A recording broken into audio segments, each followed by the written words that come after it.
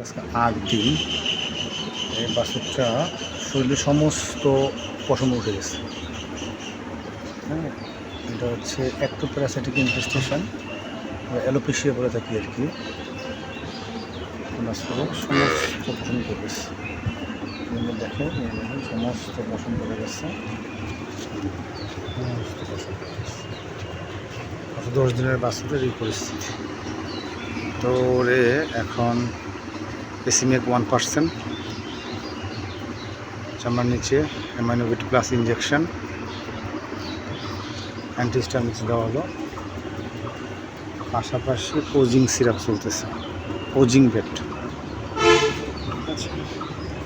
পেসিমেক 1%, হিস্টাবেট, অ্যামাইনোভিট প্লাস, মুখে খাবে ওজিং বেড এবং এজিং বি প্লাস,